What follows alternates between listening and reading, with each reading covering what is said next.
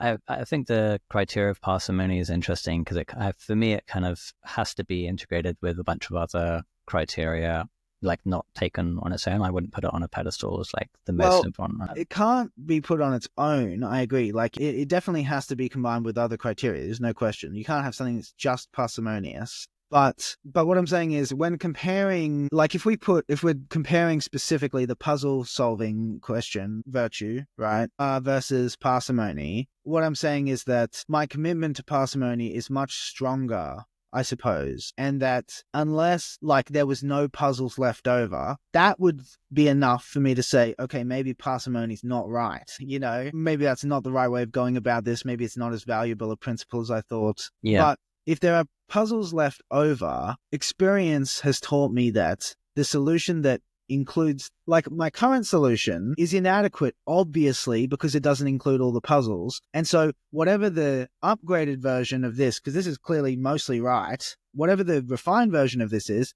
probably going to be more elegant. Correct answers are usually elegant. So, and so that commitment is really strong because I've learned from a long experience that correct answers tend to be elegant. Yep. Is that one of our criteria then, elegance? Well, Or I is think that that is subsumed in parsimony. That is, yeah. Yeah. Whenever I think of parsimony, because I've had people debate with parsimony as kind of the primary factor. Whenever I think of parsimony, I always like to emphasize that the part of it that is all things being equal, the one with simplest assumptions. And, Yes. What do we mean by all things being equal? Like if they, just because it's parsimonious, if it doesn't explain shit, then it's good. Exactly. And this is the thing. So parsimony is one of those virtues I'd put up on a pedestal, as you say, and right next to it, on the same level, on a pedestal, I would also put up explanatory scope or adequacy. Okay, and that's what's being thought to be equal when we're comparing explanations. For explanations to be equal, they have to explain the same number of things, and they have to explain them as well as one another. And in that situation, I would say 100% of the time, the more parsimonious answer is the better answer.